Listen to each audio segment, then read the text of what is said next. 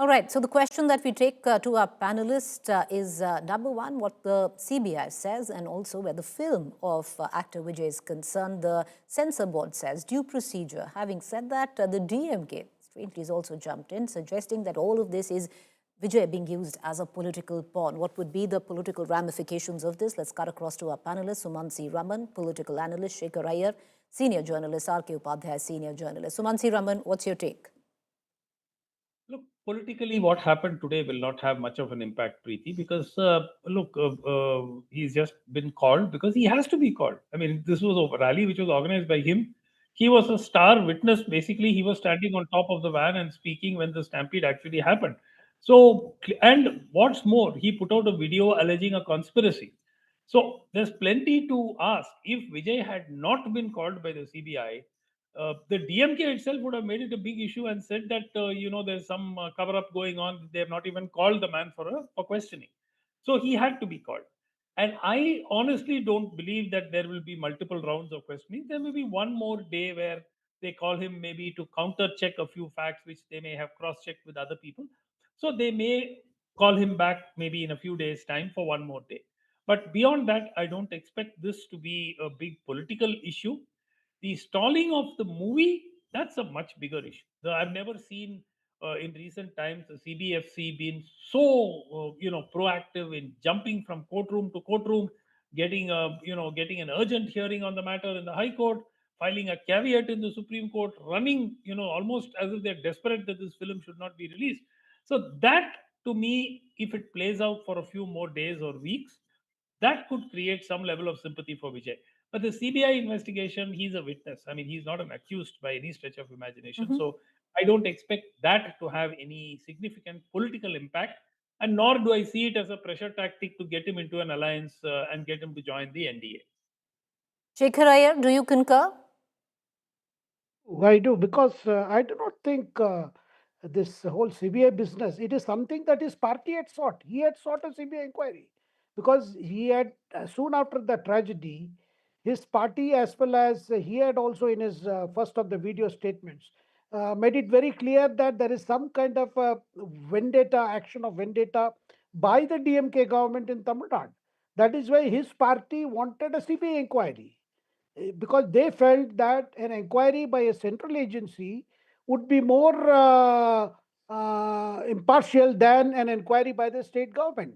Because, initially, Preeti, when the tragedy happened, the Stalin was the first person to issue a statement saying that no one should be blamed and no one should be held, no one should be declared guilty even before a proper inquiry.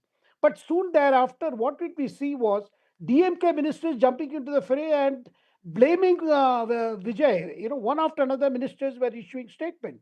That is the time when the matter reached Madras High Court, and the TVK, TVK's lower functionaries were called by the police.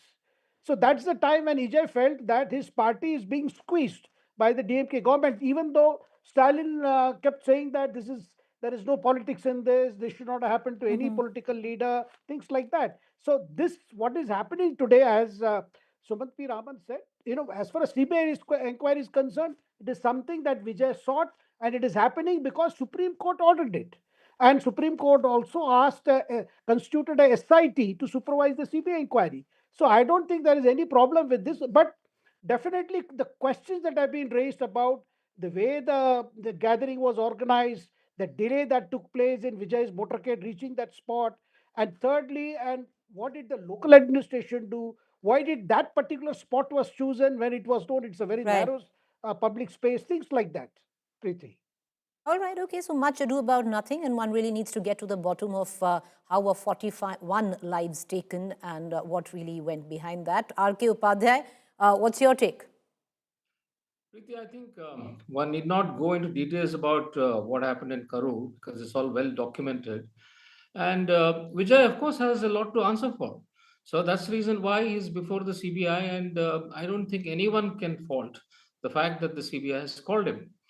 But and knowing the history of CBI and also the CPFC, where a film of his is stalled, I mean, one wonders whether how BJP is playing this game, because we all know that the ruling party in Delhi uses these organizations for its own advantage.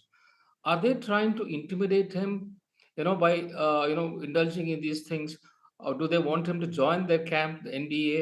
I mean, it is obviously to their advantage, but by adopting these tactics, are they making him really go out of control? Is he going to be part of their alliance, or is he going to just become a hero in Tamil Nadu? I think what they're doing, might even help him to become a martyr in Tamil Nadu, and he may just want to not join the India at all. So it could boomerang on BJP. So, Mansi Raman, because at one end you have the film, which is creating a fair amount of sympathy and empathy on ground. Then you have him being questioned. The optics matter a lot, especially when you're closing into a high-octane election. It does, but I think right now in Tamil Nadu, Preeti, there is a feeling that Vijay does not have the steam to do it all on his own. He's hardly been seen in public. I mean, he just makes these periodic appearances. He hasn't met the media once. Can you believe it? He's not met the media once, not for an interview, not for a press conference, nothing. So there are too many questions which have been raised for which we don't have adequate answers. And gradually, the feeling is this whole bit about chief minister candidate in for 2026, that's not happening. Importantly, he made an open announcement saying that he's open to allying with any party which accepts him as a Right. chief ministerial candidate. That was 1 year ago. Not a single party has come on board. Not Fair point. one. Big, small, nobody. So I think that this he needs to sort of revisit the strategy. Look, Preeti, everybody knows this. An alliance with the NDA, they will sweep the election in 2026. If he ties up with the AIADMK, he can contest and put up candidates against the BJP. The BJP is not totally averse to that, is what I hear. So that could be a Chirag Paswan kind of a thing. Should it happen, it is a sweep. Mark All my right, should words it? that, yeah, but whether it would happen or would Vijay believe this is a story that he is becoming the chief minister and he is going to win 200 seats, now that really is a call that he has to take. But Right. my gut feel is it's slowly moving towards an alliance and being part of the NDA. Shekhar Iyer, do you agree with that? Which side do you think the scales will tilt? No, I don't think Vijay will consider, entering into an alliance with AADMK so long as BJP is around. Number one. Number two, a section of the Congress feels the very fact this release of his film has been delayed is the way of BJP actually helping him. That the BJP's plan, they know very well, after having declared BJP as his ideological enemy and DMK as his political rival, he cannot in any case join hands with ADMK if the BJP is part of that and it is called the ND alliance. That's very clear. And He can second contest part, against BJP. no, Sorry. the other part is, you see, there is a section of the Congress strongly feels this whole game about Jananayag it being delayed is part of a BJP plot to see that he gets enough oxygen to, and this controversy itself should boost him and it should create problems for the DMK. Because the Right. whole idea is why should they do something knowing very well Okay. it will be seen as being against him. So there are a lot of conspiracy stories also going Lots of around. conspiracy Preeti. theories. Well, it's time that, it's all coming down in the next couple of months. Mr. Upadhyay. Preeti, I think AIDMK doesn't want him to join the NDA. It's very clear because they want to rule the Tamil Nadu, and if BJP can keep him out, they'll be very happy.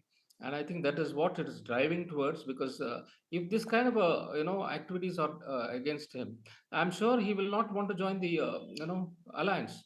So which will be to the advantage of AIDMK. All right. Okay. I appreciate all three of you for joining us. Thank you for taking the time out. With that, we're going to keep an eye on the developments there. But right now, with all the optics that you see taking place in the national capital with the CBI questioning, don't read too much politics into that. But there will be politics. That's for later.